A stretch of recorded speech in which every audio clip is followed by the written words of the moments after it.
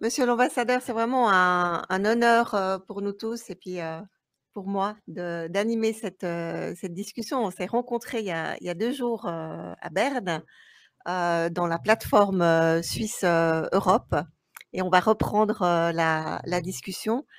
J'aimerais, juste vous préciser qu'ici à Lausanne, parce que je crois que vous n'avez pas encore eu l'occasion de venir à Lausanne à cause du covid. Vous êtes dans une, section du mouvement européen, qui tient haut, la flamme, de l'Europe.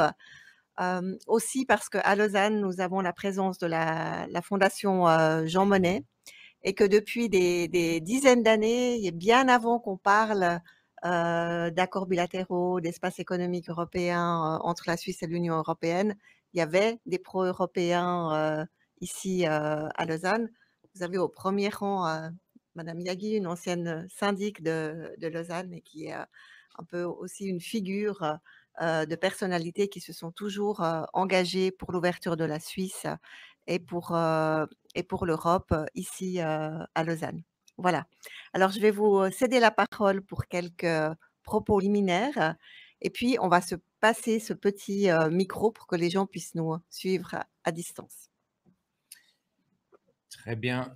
Eh bien, merci beaucoup. Merci Madame Tox pour cette introduction et merci de m'avoir invité ici parmi vous ce soir. Je suis très heureux d'être ici à Lausanne parmi les pro-européens, parmi euh, les membres du mouvement européen. Je pense que ce que vous faites, votre engagement est admirable parce que ce n'est pas facile d'être pro-européen aujourd'hui et surtout en Suisse, je m'en rends compte, même si j'ai un peu du mal à comprendre l'hostilité dont fait l'objet l'Union européenne dans certains milieux, puisque finalement l'Union européenne n'a jamais fait du tort à la Suisse, bien au contraire, il n'y a jamais eu de tension entre nous. La Suisse n'a jamais eu ou n'a pas eu dans les siècles récents de guerre ou même d'escarmouche avec ses voisins. Et donc, nous nous trouvons maintenant dans une situation difficile puisque la Suisse, le Conseil fédéral a rejeté le projet d'accord qui était sur la table et qui était notre, comment dirais-je, notre objectif principal, notre projet fondamental pour pouvoir consolider cette relation avec la Suisse, ce qui est dans le souhait de la Suisse également. Personne n'a jamais obligé la Suisse à avoir une relation avec l'Union européenne ou de participer au marché intérieur. Et donc, il faut voir comment on va aller de l'avant. Alors, de notre point de vue, il n'y a aucune hostilité et aucune animosité vis-à-vis de la Suisse. Encore moins un désir de vengeance, comme vous pouvez parfois le lire dans la presse, surtout alémanique. On parle de Nadelstiche de l'Union européenne vis-à-vis de la Suisse. Mais par contre, il y a une volonté très claire de ne plus poursuivre sur la voie actuelle. Nous rejetons le statu quo et nous l'avons dit, c'est une relation qui pour nous est bancale, elle est problématique à plus d'un titre, mais surtout sur un point.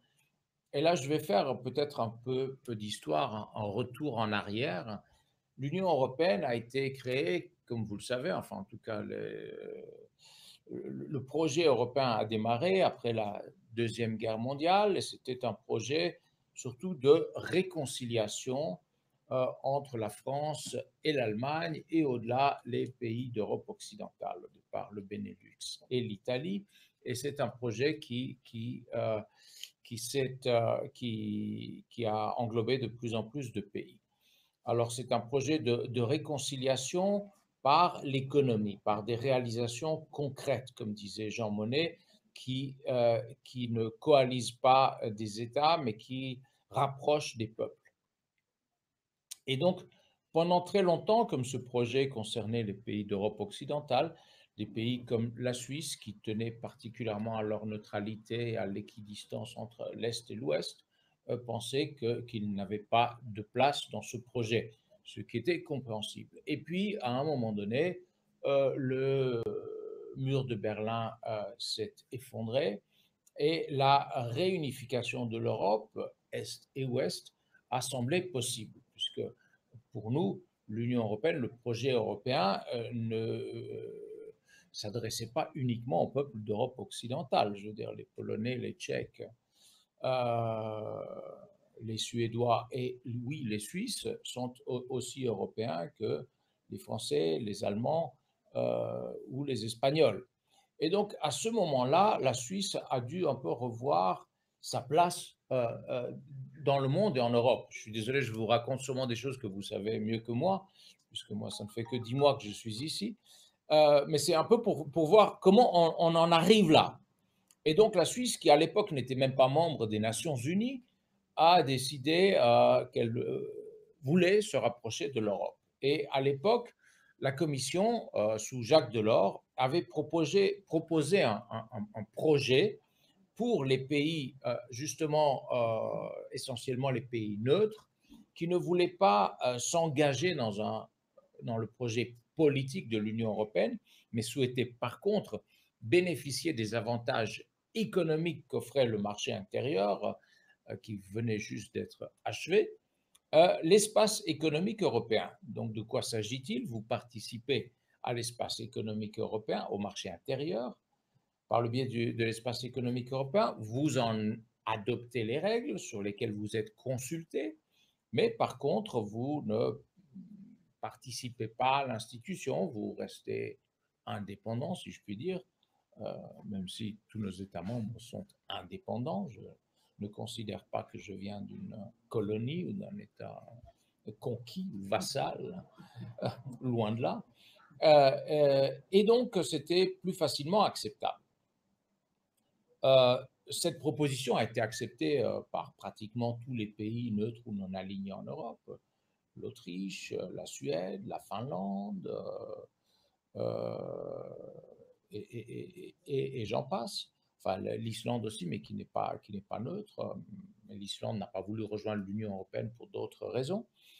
La Suisse a fait partie du groupe des pays qui avaient donc négocié son adhésion à l'espace économique européen. Et alors là, malheureusement, ça a été rejeté dans un référendum.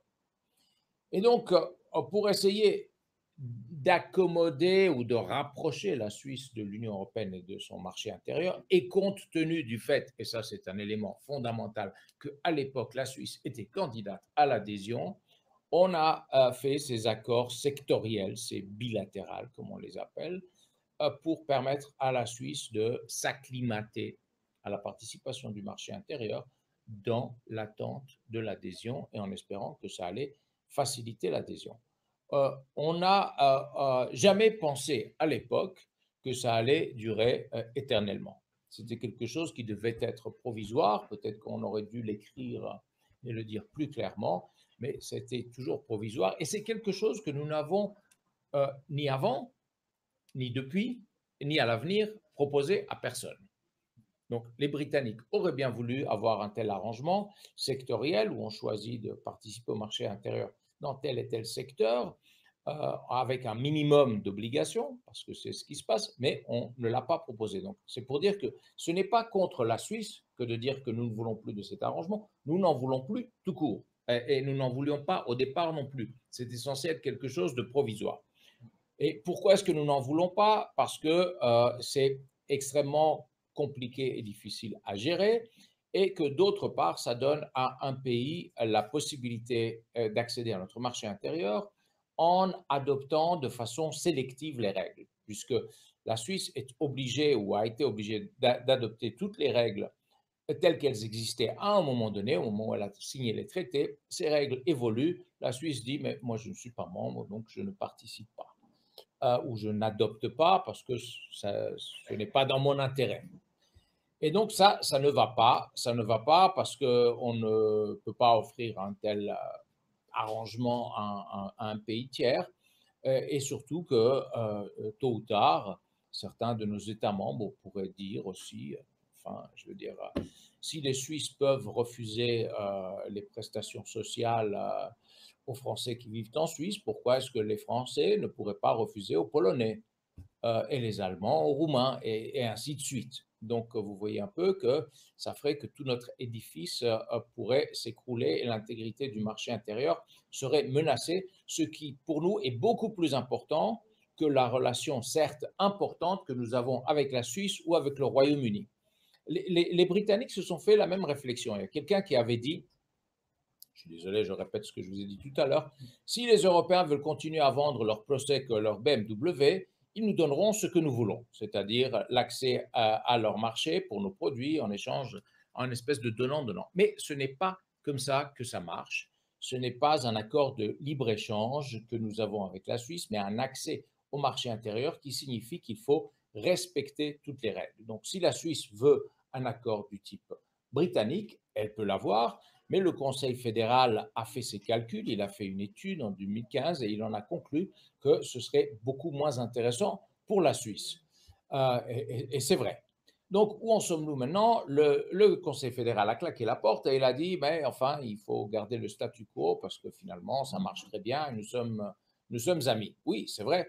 C'est facile de dire il ne s'est rien passé quand vous avez chamboulé la priorité de l'autre parti. Mais pour nous, il n'en est rien. Nous ne souhaitons donc pas maintenir ce statu quo. Et alors, qu'allons-nous faire? Je n'en sais rien déjà, puisque c'est à nos instances politiques de prendre la décision en définitive, une fois qu'ils auront pesé le pour et le contre. Ce qui est certain, et c'est par là que j'ai commencé, c'est que nous allons rester voisins, évidemment, on ne change pas la géographie, amis, puisque c'est le cas, je veux dire, nous sommes proches, nous parlons les mêmes langues, nous partageons les mêmes valeurs. Il n'y a pas et il n'y aura pas d'hostilité vis-à-vis de la Suisse, mais par contre, l'accès au marché tel qu'il existe aujourd'hui est tel qu'il aurait pu évoluer avec un dispositif du genre accord cadre, ça, je ne pense pas que ce sera sur la table. Alors, d'un autre côté, on ne va pas non plus démanteler les 120 ou 125 accords que nous avons. Pour le moment, la politique soutenue à l'unanimité de nos États membres est de ne pas conclure de nouveaux accords avec la Suisse et de ne pas renouveler les accords qui viennent à expiration. Soit dit au passage, il y a un accord de reconnaissance mutuelle des appareils médicaux qui a expiré le 26 mai, et cela va coûter au secteur des technologies médicales plus cher que ce que cela aurait coûté de mettre en œuvre la directive sur la libre circulation des personnes, qui était le point qui, soi-disant, posait un tel problème à la Suisse. Donc, d'un point de vue purement arithmétique, je pense que la décision du Conseil fédéral ne fait pas de sens, mais je me rends bien compte que ce n'est pas une question d'arithmétique ou de maths, que politiquement, le Conseil fédéral considérait ne pas être en mesure d'avancer. C'est sa décision, nous ne pouvons que la regretter.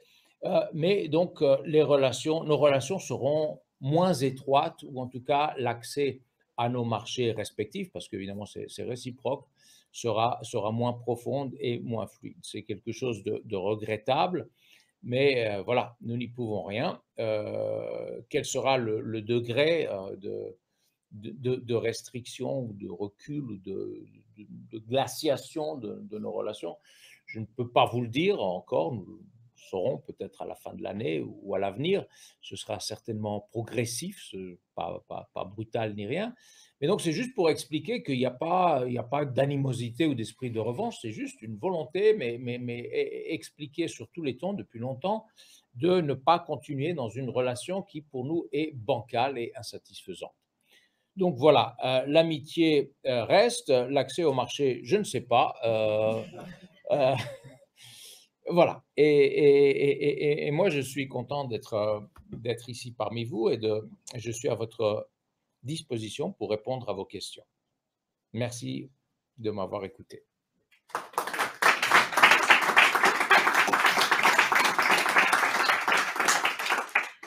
Alors, monsieur l'ambassadeur, puisque vous êtes depuis quelques mois en Suisse, vous aurez peut-être remarqué que des fois, on aime bien les alémaniques ont des mots en français, puis nous, on a des mots en allemand.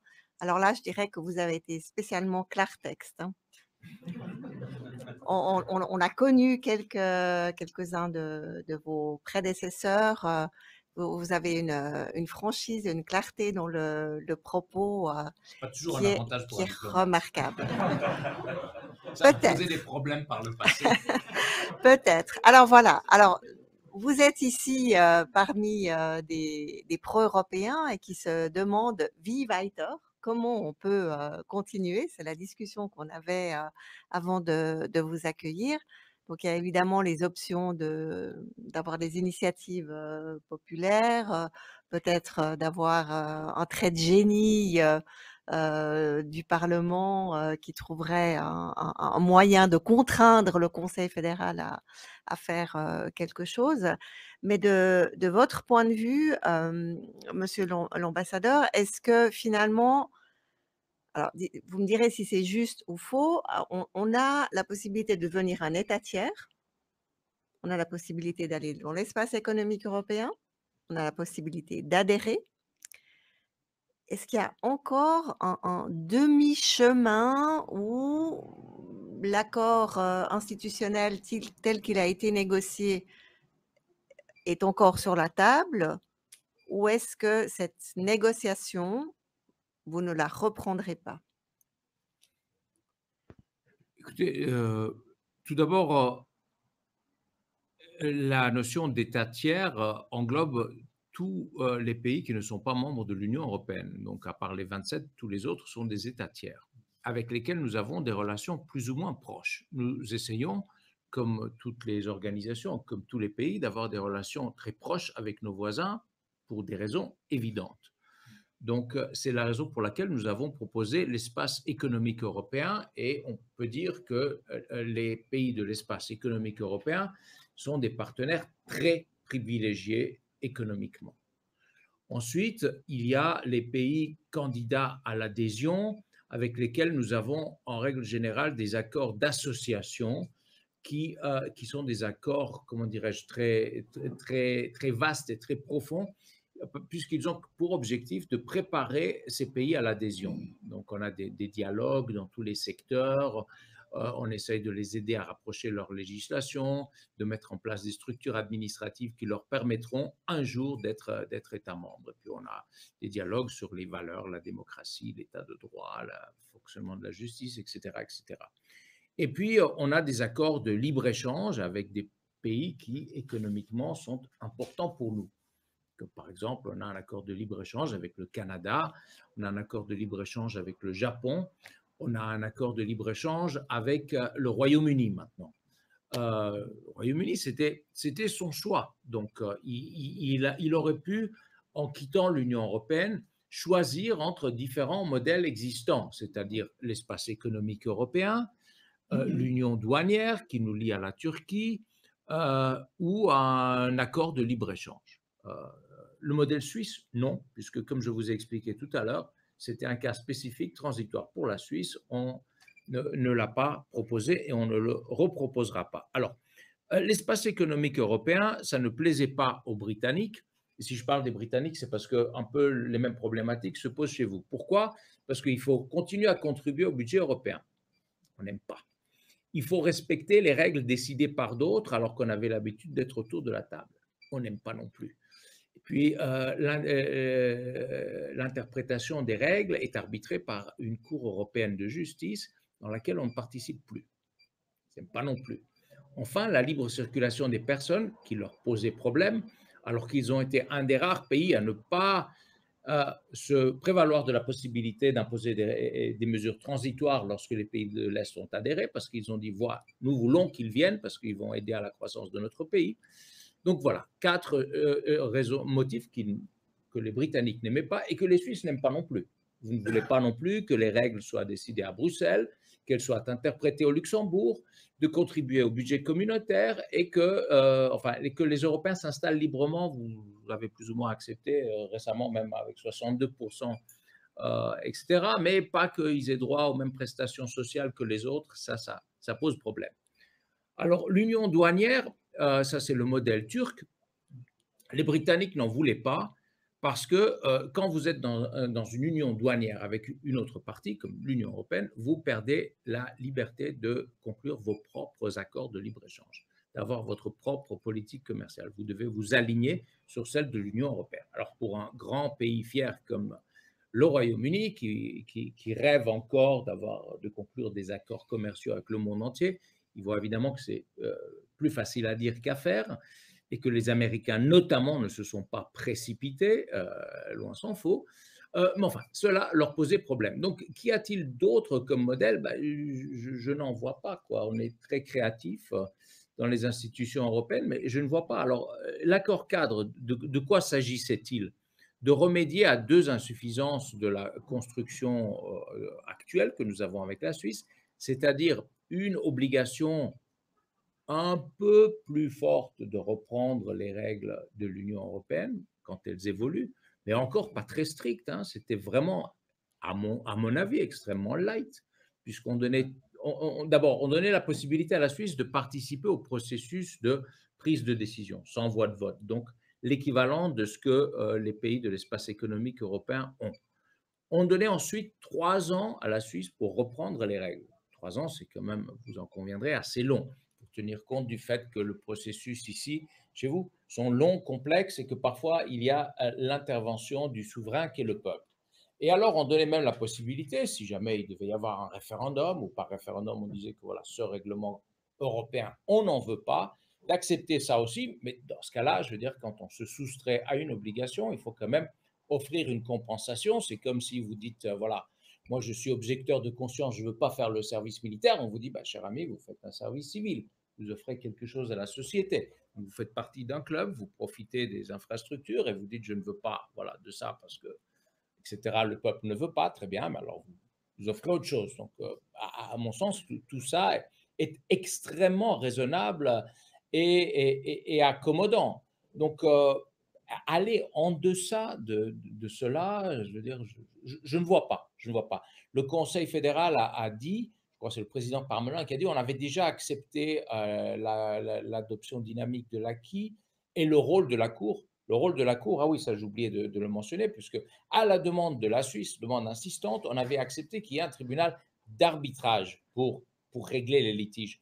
Le rôle de la Cour dans cet accord se limitait à une seule chose, c'est que si le tribunal arbitral devait interpréter un règlement communautaire pour savoir que veut dire cette disposition, il devait bien entendu se référer à la jurisprudence de la Cour européenne de justice, parce que si tel n'était pas le cas, on courait le risque qu'une loi ou un règlement aurait une signification différente selon que l'on se trouve à Genève ou à Lyon, à Bâle ou à Mulhouse, à Zurich ou à Munich. Et ça, évidemment, ce n'est pas acceptable pour le justiciable. Il a besoin de sécurité juridique, il a besoin de savoir ce que signifie la loi. Alors, ce n'est pas une volonté de venir imposer nos règles. D'ailleurs, personne n'impose à la Suisse de participer au marché intérieur, mais si vous participez, c'est les mêmes règles pour tous. C'est ça qui différencie le marché intérieur d'une zone de libre-échange, c'est qu'il y a les mêmes règles pour tous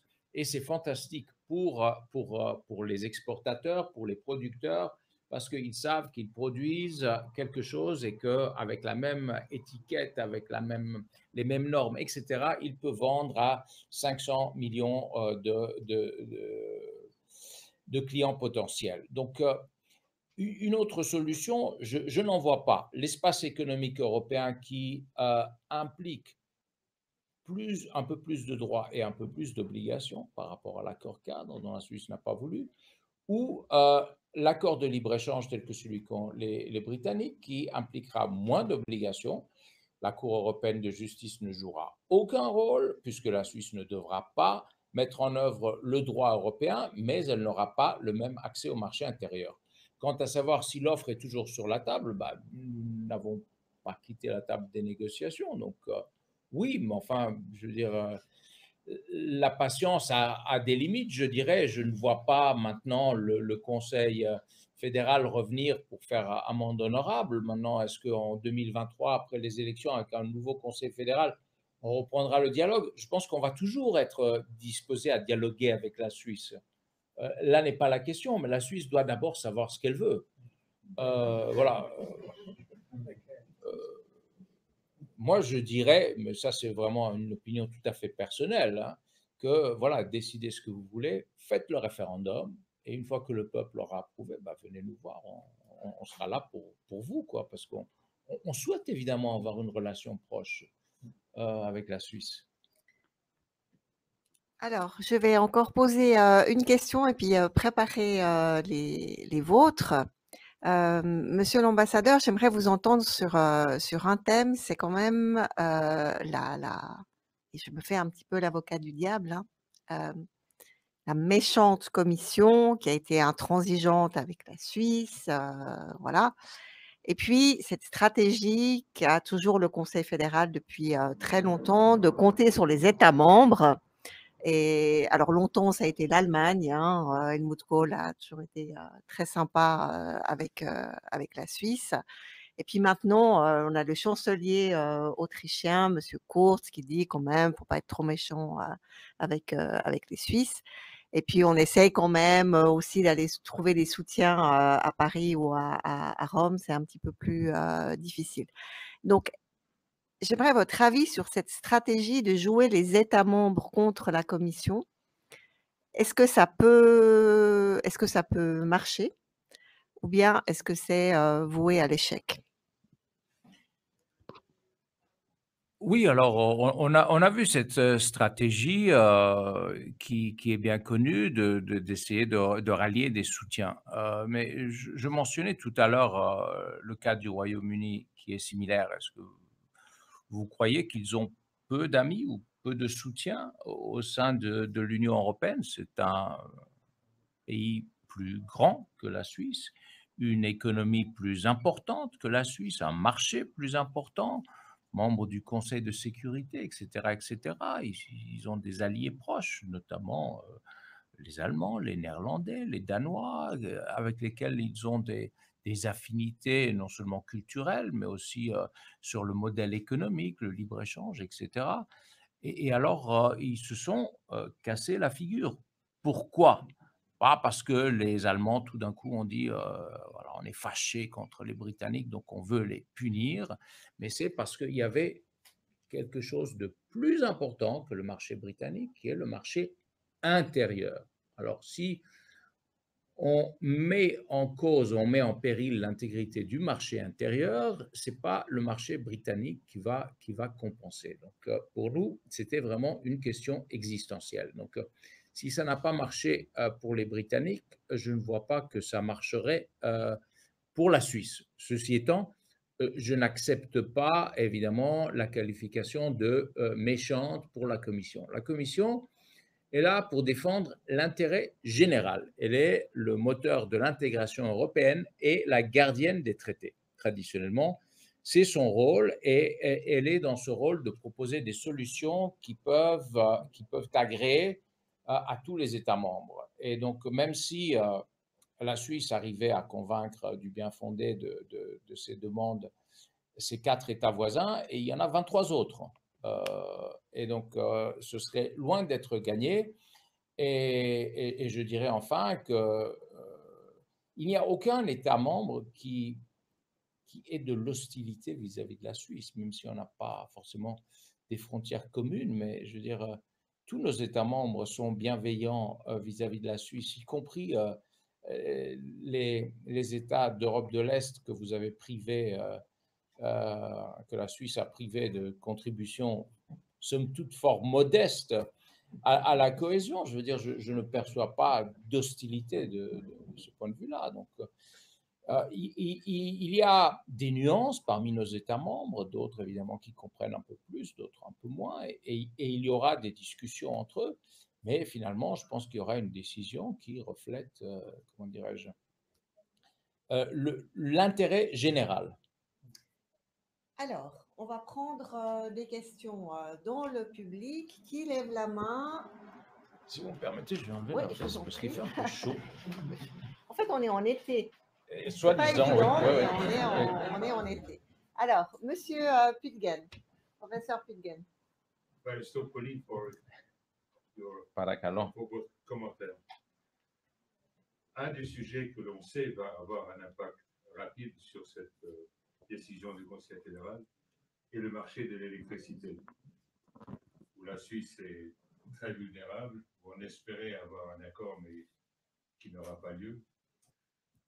Quel est un peu le positionnement que vous voyez de la Commission européenne, notamment sur cette question de l'électricité, qui pour nous est stratégique, et elle est stratégique à beaucoup plus court terme que l'agencement des décisions typiques en Suisse, qui sont, pour le dire, pas très rapides, et là, ça commence à être nettement plus urgent. J'aimerais vous entendre sur le sujet. Merci. Voilà, alors pour les gens qui nous suivent via YouTube, je répète la question qui n'a pas pu être enregistrée. Donc, le professeur Pudgen vous interpelle l'ambassadeur sur les enjeux énergétiques, l'accord sur l'électricité. Disons, dans la liste des risques qui menacent l'intégrité et la prospérité de la Suisse, il y a quand même le risque de blackout qui est en tête de liste. Alors comment est-ce que vous voyez les choses? Est-ce que là aussi, les Européens ne pourraient-ils pas se montrer un petit peu gentils et sympathiques dans ces enjeux énergétiques? Ce que je peux vous dire, c'est que au moment où nous parlons, l'accord sur l'électricité, tout comme l'accord sur la santé publique, tout comme tous les autres accords que nous pourrions négocier à l'avenir, est couvert par la position unanime du Conseil des ministres, qui est qu'il n'y aura pas de conclusion d'accords, de nouveaux accords, tant que nous n'aurons pas un arrangement sur les problématiques que l'accord cadre était censé régler. Donc, je ne vois pas de différence là-dessus. Je veux dire, pourquoi est-ce que nous devrions faire une exception dans ce domaine-là ou dans un autre? Le domaine de la santé publique en est un autre. Je veux dire, pendant des années, nous, l'Union européenne proposait à la Suisse d'avoir un accord dans ce domaine. La Suisse n'en voulait pas parce que cela la contraindrait à reprendre certaines parties de l'acquis communautaire qui ne lui convenaient pas, apparemment, notamment la provision de services hospitaliers aux frontaliers. Ça pouvait lui coûter un peu. Maintenant, elle l'en veut, puisque voilà, on est en période de pandémie, les choses ont changé. Mais je veux dire, on n'est pas une auberge espagnole non plus, je veux dire, où on prend ce qu'on veut, quoi. Je veux dire, il y a un type que je connais pas, qui, dans son blog, après mon éditorial dans le temps, a dit que je comprenais rien, que la Suisse n'était pas, faisait pas partie de l'espace économique européen, et qu'un jour, peut-être, si elle traversait une crise profonde et existentielle, elle se raviserait à accéder au marché, à l'espace économique européen. Mais justement, je veux dire, on n'est pas là pour juste reprendre les gens qui sont dans, ou les États qui sont dans le besoin et qui ont fait leurs calculs qu'ils vont gagner plus que ce que ça va leur coûter. Je veux dire, si un jour la Suisse traverse une crise profonde, il n'est pas certain non plus que nous serons là pour l'accueillir à bras ouverts, quoi. Je veux dire, alors que pendant des décennies, elle a fait ses calculs que le fait que les travailleurs européens aient accès aux prestations sociales, ça pourrait lui coûter quelques millions. Je veux dire, les relations, c'est du donnant-donnant aussi, quoi. Donc, désolé, mais pour le moment, c'est non. Alors, une question d'Axel Marion, notre président. Merci beaucoup, monsieur l'ambassadeur. Moi, j'ai une question un petit peu similaire sur un autre accord qui est sur la table et qui me concerne aussi à titre professionnel, c'est l'accord sur la recherche, Horizon Europe, où effectivement la Suisse n'a pas été reconnue, ces décisions qui sont tombées récemment de la Commission comme étant pays couvert par les mesures transitoires liées à cet accord.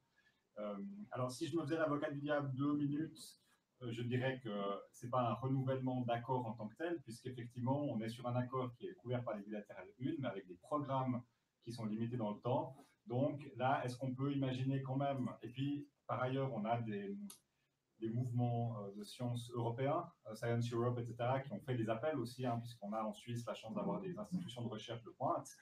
Donc il y aurait aussi une perte pour l'Europe. Je me fais évidemment aussi l'avocat du diable, mais c'est clair que c'est un problème pour les hautes écoles suisses. Est-ce que là, vous voyez des perspectives un petit peu différentes, ou est-ce que c'est exactement la même réponse que vous pouvez donner en disant, écoutez, non, là maintenant c'est bloqué à mort, donc il n'y a pas un signal du Conseil fédéral? Alors, question sur la participation à Horizon, programme de recherche européen. Est-ce que là, il y aurait une petite porte d'entrée? J'ajoute une petite précision. Tous ces chercheurs qui veulent le maintien d'Horizon, souvent, c'est des chercheurs européens qui sont venus en Suisse. Il y en a beaucoup à l'EPFL, dans les universités. Donc, est-ce que là, il y a une petite fenêtre qui s'ouvre? Oui, la situation, à mon avis, mérite d'être nuancée, non pas parce que les chercheurs sont européens, mais parce que d'abord, il ne s'agit pas d'un nouvel accord, mais plutôt de l'accès à un programme communautaire. Donc, sur ce point, la Commission n'a jamais fermé la porte et on n'a pas exclu la Suisse à ce stade. La Commission a dit deux choses. D'abord, d'un point de vue juridique, nous avons besoin d'un accord chapeau, de conclure un accord avec la Suisse pour permettre la participation à Horizon. Ça, c'est une nouvelle base juridique que nous avons. Et ça n'a rien à voir avec la Suisse, c'est pareil pour d'autres pays tiers. Mais il y a un point politique, si je puis dire, qui est de dire qu'on ne va pas commencer une négociation ou entrer dans une nouvelle relation financière avec un pays qui nous doit de l'argent depuis des années. Donc, tant que la Suisse n'aura pas payé sa dette vis-à-vis de la cohésion européenne, et il s'agit d'une dette somme toute modeste, on ne va pas engager de discussion. Quand je dis une dette modeste, enfin, je vais faire une comparaison, elle ne vient pas de moi, je l'ai lu dans la N77 il y a 10 jours. Les Norvégiens contribuent à la cohésion européenne au titre de 73 euros par tête et par an. Les Suisses contribuaient, parce que depuis 2013, ils ne payent rien, 14 euros par tête et par an, donc 5 fois moins. Alors bon, je veux dire, on parle de la Suisse, on ne parle pas d'un pays pauvre. Donc voilà. Voilà le problème. Donc je pense que pour Horizon, ça pourrait être résolu, mais ça serait bien que cet obstacle, cet irritant ne soit plus là. Alors, d'autres questions? Monsieur Tsvanen. Oui, bonsoir, monsieur l'ambassadeur. Personnellement, je suis assez frappé par la qualité des décisions qui se prennent au sein de l'Union européenne, tant par la Commission que par les pays membres. L'Union européenne est maintenant en pointe dans la lutte contre le réchauffement climatique. Elle a un programme de relance de milliers de milliards, de centaines de milliards, des chiffres astronomiques, qu'elle a ancrés aussi dans la durabilité et le respect environnemental. Ça donne aussi une force et une crédibilité à cette union qui est impressionnante au regard des difficultés qu'elle a connues jusqu'à il y a 2-3 ans. Face à cela, est-ce qu'elle entend aussi réaliser les 17 objectifs de durabilité des Nations Unies et elle s'en donne un certain nombre de moyens? Est-ce que cette qualité d'orientation, justement, n'est pas susceptible aussi à terme, peut-être de ne pas charmer le plus grand parti souverainiste et isolationniste de ce pays, de la Suisse, mais des forces politiques qui s'affirment et qui se sont affirmées, vous le savez, lors des dernières élections fédérales en 2019 dans notre pays? En un mot, oui. Je dirais deux choses. D'abord, le fait d'emprunter des centaines de milliards d'euros est un signal très clair que nos États membres considèrent qu'ils ont un avenir commun et qu'ils y croient. Vous n'empruntez pas de l'argent avec quelqu'un si vous pensez que le couple va mal et que vous allez divorcer. Donc ça, déjà, c'est un signal très positif. le fait qu'une grosse partie de ces fonds sera allouée à la reprise verte est pour moi aussi un signal positif que nous prenons au sérieux nos obligations en matière de changement climatique par rapport au traité de Paris et que nous voulons faire utiliser cette opportunité pour investir massivement dans ce domaine. Alors, par rapport aux pays tiers, moi je dirais une chose, c'est que quand les choses vont bien chez vous, tout le monde veut être proche de vous. Tout le monde veut être votre ami. Quand les choses vont moins bien, on vous regarde avec un peu plus de suspicion. Est-ce que vous croyez que les Britanniques, à l'époque de Madame Thatcher, se seraient amusés à faire un référendum sur leur appartenance à l'Union européenne? Jamais de la vie. Jamais de la vie. Les Britanniques sont entrés dans l'Union européenne avec beaucoup de difficultés à l'époque dans la communauté économique européenne. Ils n'allaient pas le mettre en danger, surtout au moment où on était sur le point d'achever le marché intérieur, qui était un objectif qu'ils partageaient, et où les pays se pressaient au portillon. À un moment donné, pour des raisons de politique intérieure, certes, et pensant que l'Union européenne va mal, ils ont pensé que si on claque la porte, eh bien, ça va faire s'écrouler tout l'édifice et alors on aura des relations bilatérales avec chaque pays. On pourra diviser pour mieux régner et faire les choses comme cela nous convient. Pour le moment, grâce à Dieu, ça n'a pas marché, mais je reviens à ce que je disais, jamais il n'aurait pris ce risque à l'époque où les choses allaient bien. Et cette fois-ci aussi, évidemment, l'objectif du gouvernement n'était pas de perdre ce référendum, il pensait le gagner. Mais le référendum, même si je sais que c'est sacré ici et que ça marche très bien, mais dans d'autres pays, on a un peu moins l'habitude, c'est un peu comme la roulette russe. Je veux dire, vous posez une question et les gens ne répondent pas forcément à la question que vous leur posez, mais ils répondent, je veux dire, selon comment ils se sentent vis-à-vis de vous. Vous pouvez même leur demander, est-ce que vous voulez des vacances plus longues et des meilleurs salaires? S'ils sont fâchés par rapport à vous et que ils se disent qu'il doit y avoir une embrouille, donc on va voter non parce qu'on n'a pas confiance en ce type. C'est clair. Je veux dire, le cas de la Suisse est à part, et je le respecte et ça marche bien. Ce n'est pas pour critiquer le référendum en Suisse, mais en tout cas ailleurs, ce n'est pas toujours le meilleur moyen pour régler les grandes questions. Et surtout les questions techniquement compliquées. Alors, autre question dans le public, Monsieur Besson? Oui, bonsoir. Deux questions, s'il vous plaît. Votre réaction à deux décisions, l'achat de l'avion américain F-35, comment vous réagissez, et la décision qui est tombée aujourd'hui de reconnaître le certificat sanitaire suisse dans les conditions actuelles, comment est-ce qu'on peut l'interpréter?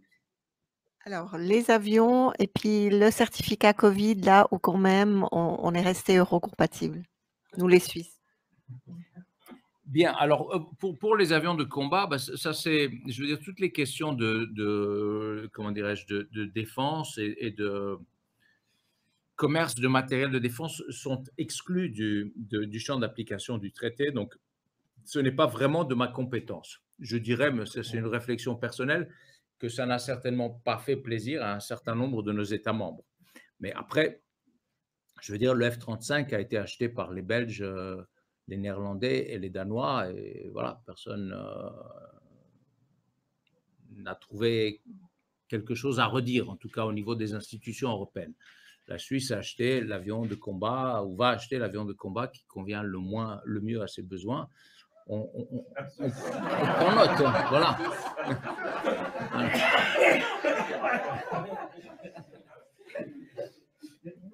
Sur le certificat Covid, je veux dire, j'ai commencé au début par dire qu'on va continuer à coopérer comme voisins, qu'on va continuer à s'aider, que l'amitié reste. Je veux dire, on va quand même pas jouer avec la santé des gens. Je veux dire, on a tout intérêt à ce que les Suisses puissent continuer de voyager, de se déplacer dans nos États membres et vice-versa. Donc, dans la mesure où le certificat remplit les conditions, il est sûr, il est fiable et qu'on sait que dans le domaine de la santé publique, la Suisse est un pays fiable, je ne vois pas pourquoi on aurait refusé. Donc, c'est une bonne nouvelle, mais il ne faut pas surinterpréter.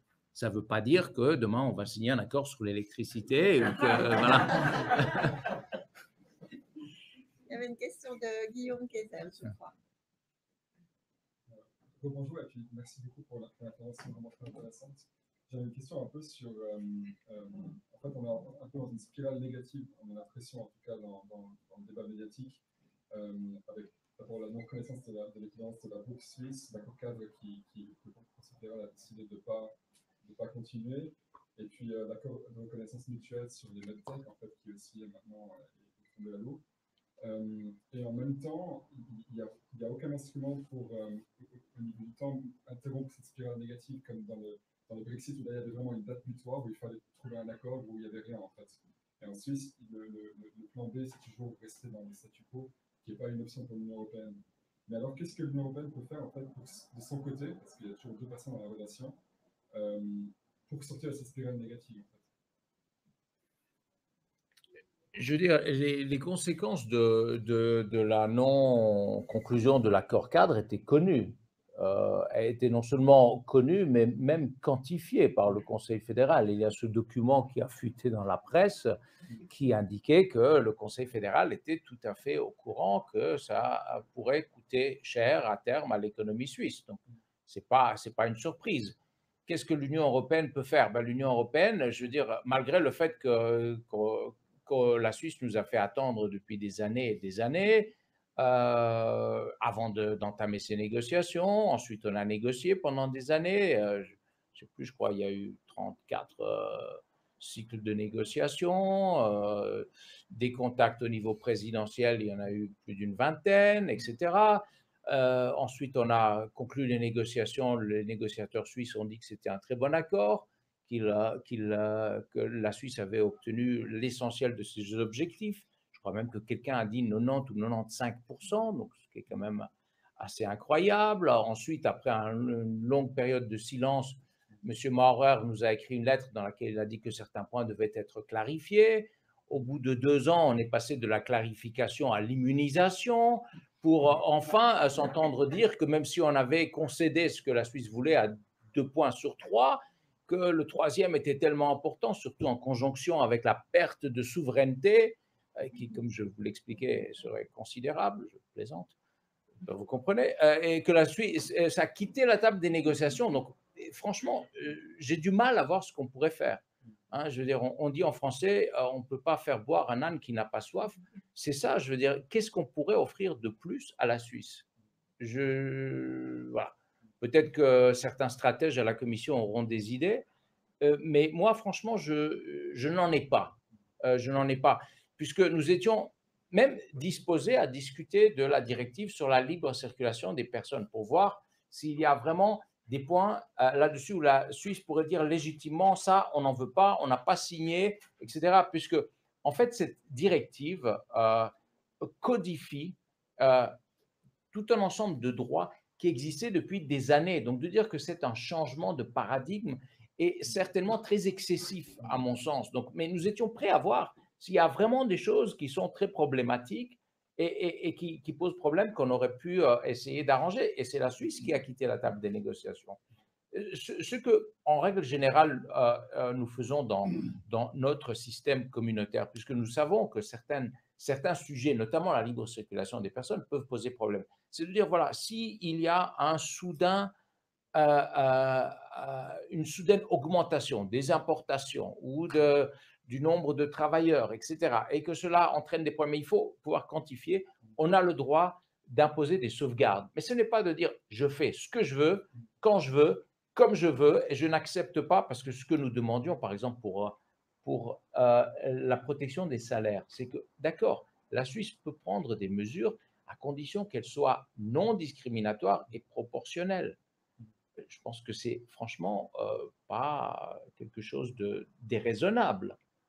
Mais même ça n'a pas été suffisant. Donc, franchement, je ne vois pas. Je vous le dis franchement, je pense que les 3 sujets, les clarifications, tout ça, c'était un prétexte.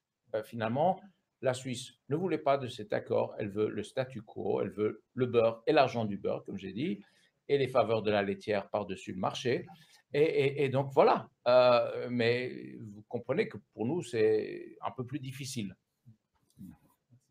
Alors, avant de prendre, une autre, question, j'aimerais venir sur une thématique peut-être un petit peu plus, personnelle, monsieur, l'ambassadeur. Vous êtes d'origine, grecque et ici en Suisse, on entend souvent, l'argument suivant: «Mais regardez, l'Union européenne a vraiment été très dure, avec les Grecs, pendant la crise de la dette, souveraine et alors la Grèce, votre pays voilà, est l'emblème du mauvais traitement que l'Union européenne inflige, à des États membres, qui ne sont pas, la France, et l'Allemagne». Qu'est-ce que vous pouvez nous dire sur ce sujet? Oui, alors ce que je vais vous dire sur ce sujet qui est très délicat pour moi, puisque comme vous l'avez rappelé, je suis grec, c'est que effectivement, nombreux sont ceux qui disent la Grèce a été maltraitée, et peut-être que par certains aspects, elle a été maltraitée. Mais je vous rappellerai aussi un proverbe français qui dit qu'on ne prête qu'aux riches. Alors, la Grèce s'est retrouvée dans une situation où personne ne voulait lui prêter, qui n'était pas de la faute de l'Union européenne, que je sache. Et donc, l'Union européenne lui a prêté et elle a imposé des conditions. Et ce qu'il faut dire, c'est que les conditions étaient draconiennes, elles étaient dures, mais il faut savoir aussi que des pays bien plus pauvres que la Grèce s'endettaient pour prêter à la Grèce, s'endetter à des taux supérieurs pour prêter à la Grèce à des taux inférieurs. Donc, il ne faut pas toujours voir le verre comme étant à moitié vide, il est aussi à moitié plein. Oui, la Grèce a été traitée avec une certaine dureté dont j'ai souffert en tant que Grec, mais on a aussi aidé la Grèce à s'en sortir.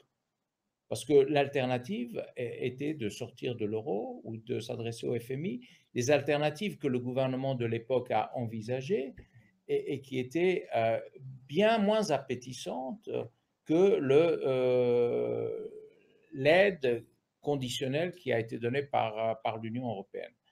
Et donc, je suis content que les choses aillent mieux aujourd'hui dans mon pays, qu'il y a une certaine stabilité et que j'espère qu'après la crise du Covid, le niveau de croissance pourra reprendre et que la Grèce va aussi bénéficier de ce fonds de relance qui sera très important pour relancer son économie. D'autres questions dans le public? Alors, monsieur Swaden? Encore une question concernant l'espace économique européen. Vous en faites un tableau assez favorable. Et pour nous, en tout cas, je pense que comme appartenant au mouvement européen, c'est un scénario qui nous reporte à 30 ans en arrière. C'est pas très folichon, pas très motivant. Mais dites-nous peut-être quand même en quoi les pays appartenant à l'EEE ont trouvé leur place dans le voisinage de l'Union. Je vois qu'en Norvège et en Islande, on ne se plaint pas particulièrement de l'appartenance à l'espace économique européen. Ça marche bien, ils bénéficient du marché intérieur, ils contribuent à la cohésion tout en gardant leur indépendance qui était, comment dirais-je, où la notion de leur indépendance, puisque, comme je l'ai dit tout à l'heure, nos États membres sont aussi indépendants. Enfin, je veux dire, ils ne s'engagent pas politiquement dans l'Union européenne, ce qui était difficile pour eux, et ils sont aussi exemptés de la politique commune de la pêche, qui, comme pour l'Islande, le contrôle des ressources halieutiques était un problème important pour eux. Donc, je veux dire, je pense que la Norvège a atteint ses objectifs principaux et en est satisfaite. Est-ce que vous lisez jamais dans les journaux qu'il y a des problèmes en Norvège? Est-ce que les gens manifestent contre l'espace économique européen? Enfin, si vous cherchez, vous allez certainement trouver des esprits chagrins qui trouvent des choses à redire, mais je veux dire, ça marche bien et voilà, on n'en entend pas parler. Après, est-ce que c'est folichon, comme vous dites? Je veux dire, dans toute situation, il y a des avantages et des inconvénients. Si vous voulez plus, il faut devenir membre, mais si l'espace économique européen est difficile, si l'accord cadre était difficile, l'adhésion me semble difficilement envisageable par les temps qui courent. Soyons réalistes, même si on peut le regretter par ailleurs.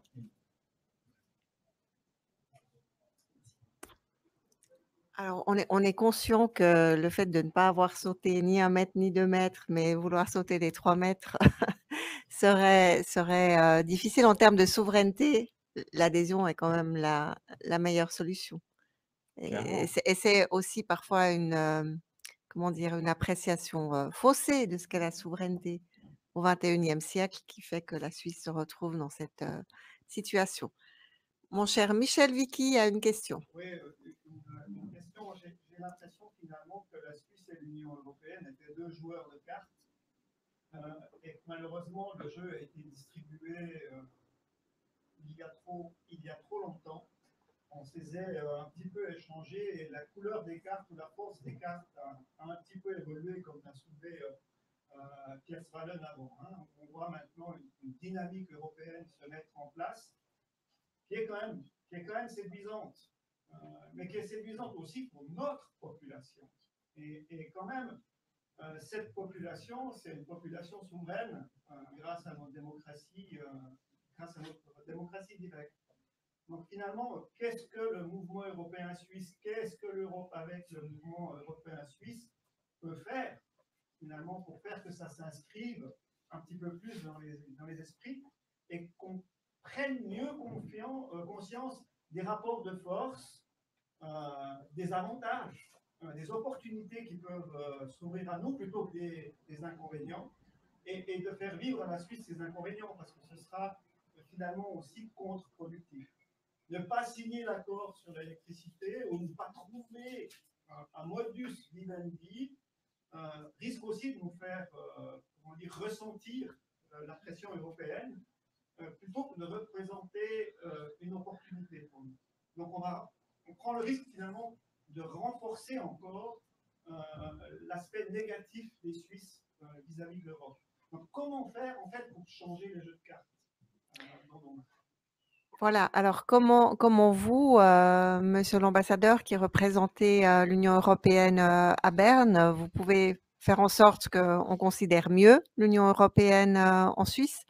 Et puis je dirais aussi comment vous pouvez nous aider, nous les pro-européens, parce qu'on est une minorité, mais enfin une minorité agissante et on est une minorité destinée à devenir une majorité. C'est tout le mal que je vous souhaite, de devenir une majorité. Je dirais 2 choses. D'abord, je reprendrai ce que vous avez dit sur l'indépendance et la souveraineté. Ça me semble être, d'une certaine façon, des notions un peu désuètes. Le 19e siècle a été le siècle des indépendances. Mon propre pays, qui était sous domination ottomane, a retrouvé son indépendance au début du 19e siècle. D'autres pays, États-nations, ont émergé à l'époque, alors qu'avant nous avions des principautés, des comtés, des ducats, ou que sais-je. En Amérique du Sud et en Amérique du Nord d'ailleurs aussi, c'est à ce moment-là que les États se sont créés. Donc tout ça était bel et bien à l'époque. Alors aujourd'hui, nous sommes au 21e siècle et nous sommes dans un siècle, et ça c'est une expression qui n'est pas de moi, de l'interdépendance. Donc pour régler tous les problèmes du monde d'aujourd'hui, nous sommes interdépendants. Et aucun pays, aussi riche soit-il, ou même aussi puissant soit-il, ne peut à lui seul régler les problèmes de notre monde, de notre planète. La preuve en est que même les Américains ou les Chinois discutent entre eux. L'Europe, elle, lorsqu'elle est unie et lorsqu'elle est compétente, lorsque les États membres souverains, je le rappelle, lui ont légué des compétences, discute et négocie d'égal à égal avec les États-Unis et avec la Chine. Ce qui, à mon avis, n'est pas le cas de tout le monde. Alors, si on veut préserver son indépendance et sa souveraineté, c'est à travers des alliances et l'appartenance à des ensembles plus grands qu'on peut l'exercer. car après tout, à quoi sert-il d'être souverain si on est seul?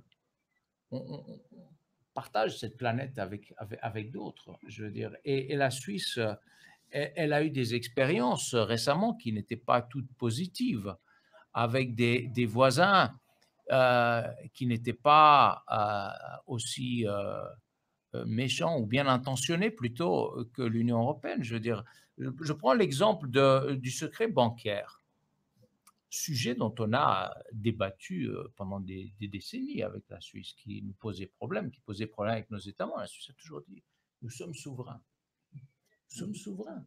Je veux dire, est arrivé un autre pays moins bienveillant que l'Union européenne, qui a collé une amende faramineuse à une des plus grosses entreprises du pays. Et elle était où, cette souveraineté, à ce moment-là? Je veux dire, on s'est aligné, mais immédiatement ou très rapidement, parce qu'on a compris que son intérêt... Donc, malgré la souveraineté formelle, etc., je veux dire, on aurait pu décider que les banques suisses ne traitent plus avec l'étranger, qu'elles vont se limiter à la Suisse souveraine, etc. Mais je veux dire, ce n'est pas comme ça que la Suisse a bâti sa fortune.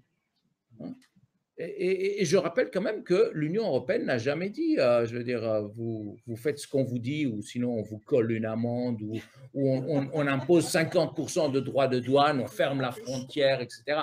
Je veux dire, et pourtant, toute une partie de l'opinion est convaincue ici que l'Union européenne est méchante.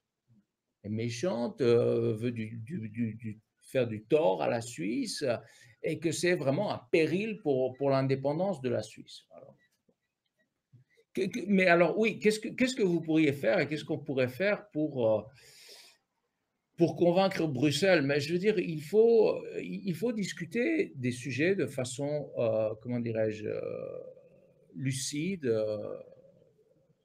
sans passion et sans préjugés, afin de convaincre les gens du bien fondé de nos thèses qui sont communes. Je me rends compte que vous n'êtes pas majoritaire dans ce pays, mais comme vous l'avez dit, peut-être un jour vous le serez. J'espère que ce ne sera pas parce que la Suisse s'est retrouvée dans le besoin, comme écrivait l'autre dans son blog, aura subi une crise profonde. Vraiment, je ne vous le souhaite pas du tout. Je sais que les bilatérales ont été une solution à une crise que la Suisse a traversée dans les années 90, j'entends ça. Et je suis ravi que nous ayons pu, par ces accords, aider la Suisse à sortir de cette passe difficile. Mais alors voilà, maintenant il faut tirer les leçons de tout cela et voir comment on peut avancer ensemble. Mais ce qui est important, c'est dans une négociation, vous parliez des négociations, de savoir ce que l'on veut et de ce qu'est notre bottom line, mais de ce que veut l'autre partie aussi. Alors, je considère, mais bon, c'est mon travail de défendre la position de l'Union européenne, qu'on a beaucoup fait pour essayer d'accommoder les souhaits de la Suisse. Voilà. 3 ans pour mettre en œuvre l'acquis. S'il y a un référendum, vous ne mettez pas en œuvre. Decision shaping, tribunal arbitral, compensation. On va discuter des mesures d'accompagnement de ceci. Mais je veux dire, à un moment donné, il faut que la Suisse aussi comprenne qu'est-ce que l'Union européenne recherche et qu'est-ce qu'elle doit au minimum donner pour qu'il y ait un accord. Donc, il faut que ça aille dans les deux sens. Je pense que si on n'est pas arrivé à un accord, ce n'est pas parce que la Suisse ne comprend pas ce que veut l'Union européenne, hein, malgré les déclarations des uns et des autres. La Suisse sait exactement, mais elle pense qu'elle est suffisamment riche pour se permettre de surmonter des éventuels inconvénients liés à un refroidissement de nos relations.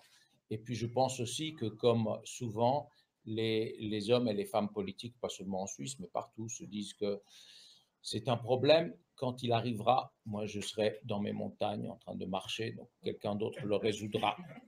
Je me débarrasse de l'épine que j'ai dans mon pied aujourd'hui, et puis dans 5 ou 10 ans, mes successeurs y verront. N'est-ce pas? On espère que ça ira plus vite, mais moi j'espère aussi. Voilà. Axel, tu avais encore une question ou tu voulais nous faire un mot de conclusion? J'ai une dernière question. Voilà.